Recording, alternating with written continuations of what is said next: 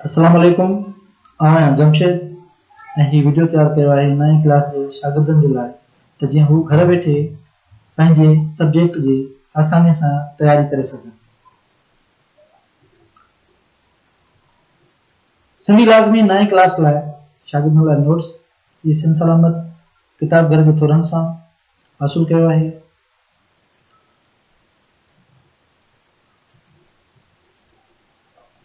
अॼु जो असांजो टॉपिक आहे सिंधी अदब जी मुख़्तसिर तारीख़, जेको 9वीं क्लास जो 13हों सबक़ आहे।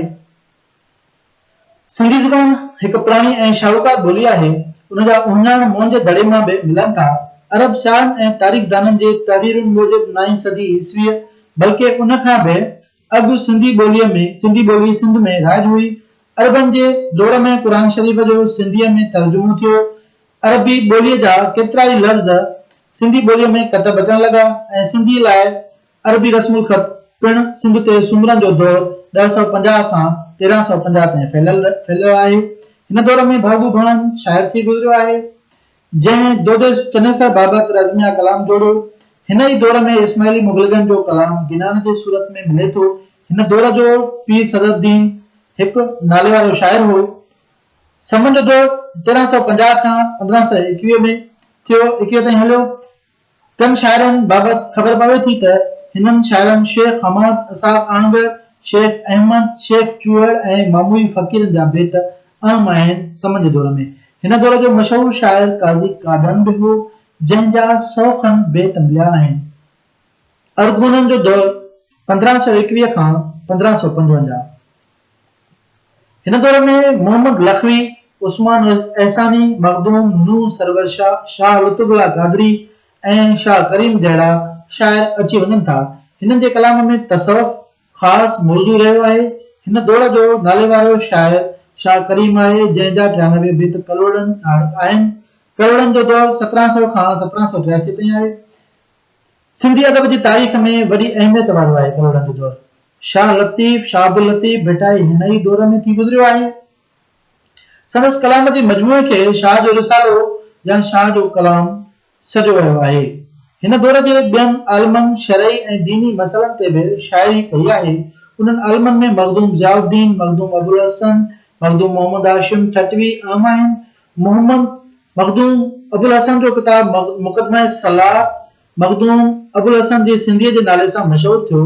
उन दौर में बेतन ऐं वायुनि सां गॾु अल्फ़ अशबाह जी सिन्फ़ विरायत थी। हिन दौर में शाह इनायत रिज़वी, शाह इनायत शहीद, ख्वाजा मोहम्मद ज़मान, मियों ईसो, तमर फ़कीर ऐं सतल सरमस्त जा बि नाला अचनि था।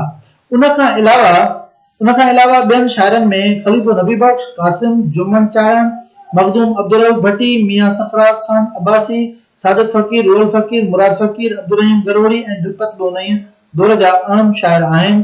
तालपुर दौर जो हिकु वॾो शाइर साबित अली शाह आहे, जंहिं मरसीअ जी सिन्फ़ सिंधी शाइरी में राइज कई। सन 1843 में सिंध ते अंग्रेज़नि कब्ज़ो कयो। अंग्रेज़नि मंसूबो जोड़ियो त मादरी ज़बान जी तालीम खे अहमियत ॾिनी वञे। 1853 में हिकु कमेटी सिंधीअ जे रस्मुल ख़त बि मंज़ूर कई, जेका अॼु बि हलंदड़ आहे।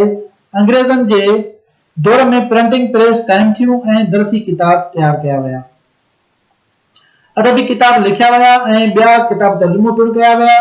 हिन दौर जा मुख्य लेखक ही आहिनि नंदीराम, उदीराम, काननदास, मीरा मोहम्मद शाह अवल, कोड़ोमल, मिर्ज़ा कुलीज बैग हिन दौर जा वॾा नाला आहिनि।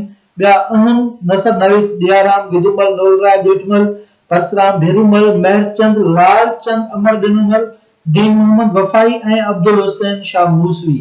मीरनि ऐं अंग्रेज़नि जे दौर में इल्म उरूज पिणु तरक़ी कई। उन जे करे गज़ल, कसीदे, रुबाई ऐं मसनवीअ जो बुनियादु पियो। हिन दौर जा वॾा शाइर ख़लीफ़ो मोहम्मद आख़ून, कासिम फाज़िल शाह, गुलाम मोहम्मद गदा, मोहम्मद हाशिम मुख़लिस, मीर अब्दुल हुसैन सांगी, हाफ़िज़ हामिद तिखड़ाई, मोहम्मद बख्श वासिफ़ ऐं हिदायतुल्लाह नजवी आहिनि। अंग्रेज़नि पिणु सिंधी ज़बान, व्याकरण, सिंधी अदब, सिंध जे तारीख़ ऐं ॿियनि मज़मूननि ते लिखियो। पाकिस्तान जी आज़ादीअ खां पोइ सिंधी अदीबनि हिम्मत कई। हिन दौर में नसर तोड़े नज़म ॿिन्हिनि तरक़ी कई। मौजूदा दौर तख़लीक़, तनक़ीद, तहक़ीक़ ऐं तर्जुमे जे लिहाज़ खां अहमियत वारो आहे। हिन दस में शेख हयात, उस्ताद बुखारी, इब्राहिम जोए, अमर जलील, नूरुल्लाह शाह, हुसामुद्दीन राशिदी ऐं डॉक्टर नबी बख्श खान बलोच जूं अदबी ख़िदमतूं विसारण जहिड़ियूं न आहिनि।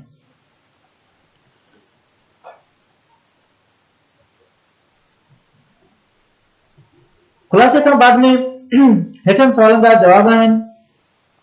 अलिफ हिसो आहे अलिफ, सिंधीअ में क़ुरान शरीफ़ जो तर्जुमो कहिड़े दौर में थियो? सवाल नंबर पहिरियों।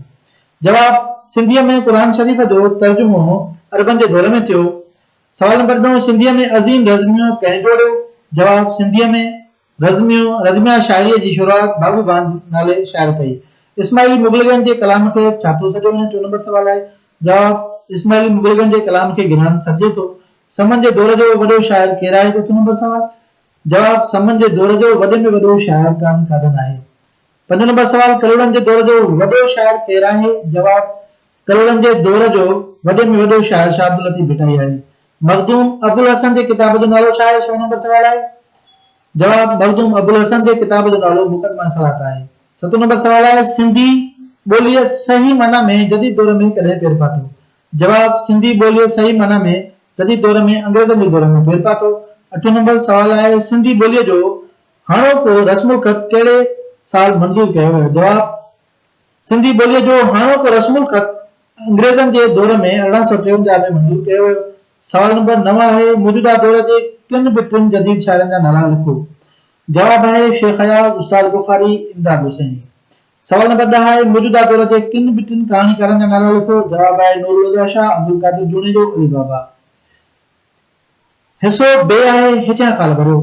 उन दौर में बाबू बान जेको अंडरलाइन थियल आहे खालम भरबो, अज़ीम रज़मी जोड़ियो। सतर जो कुझु कलाम इल्म अरूज ते बि चयल आहे। इल्म अरूज खाल में ईंदो। 1843 में अंग्रेज़नि सिंध ते कब्ज़ो कयो। अंग्रेज़नि खाल आहे, खाल फिर करणो आहे। मौजूदा दौर जी नसरी सिन्फ़ुनि में कहाणीअ खे वॾी अहमियत हासिल आहे। हिन खाल में कहाणी पवंदो। जीम, हेठियनि लफ़्ज़नि जा ज़िद लिखो। लफ़्ज़ आहे क़दीम, उनजी ज़िद थींदो जदीद। लफ़्ज़ आहे शाहूकार, उनजो ज़िद थींदो मिस्कीन, गरीब या कंगाल। लफ़्ज़ आहे इब्तिदाई, उनजो ज़िद आहे इंतहाई। लफ़्ज़ आहे गुण, उनजो ज़िद अवगुण। लफ़्ज़ आहे सही, उनजो ज़िद थींदो ग़लत। लफ़्ज़ आहे नसर, उनजो ज़िद थींदो नज़म। लफ़्ज़ आहे वसी, उनजो ज़िद थींदो तंग। लफ़्ज़ आहे आला, उनजो ज़िद थींदो अदना। दाल, हेठनि लफ़्ज़नि जी माना लिखी जुमलनि में कमु आणियो। लफ़्ज़ आहे अगाटे यानी पुराणे। जुमिलो, अगाटे ज़माने में मोबाइल ऐं कंप्यूटर जो नालो निशान बि को न हो। हिते अगाटे अची वियो। अगाटो जेको आहे हीअ असांजो अगाटे जेको आहे हीअ असांजो खालम में जुमिले में इस्तेमालु थियो लफ़्ज़। उन खां बाद में आहे जतन यानी कोशिश। जुमिलो, पाकिस्तान हुकूमत बिजलीअ जे बहिराण ते काबू पाइण लाइ जतन करे रही आहे। उन खां बाद में आहे इब्तिदाई यानी शुरूआती। जुमिलो, इब्तिदाई दौर में माण्हू जिस्म ढकण लाइ जानवरनि जूं खलूं ऐं ॿूटनि जा पन इस्तेमालु कंदा हुआ। हिते इस्तेमालु थियो इब्तिदाई।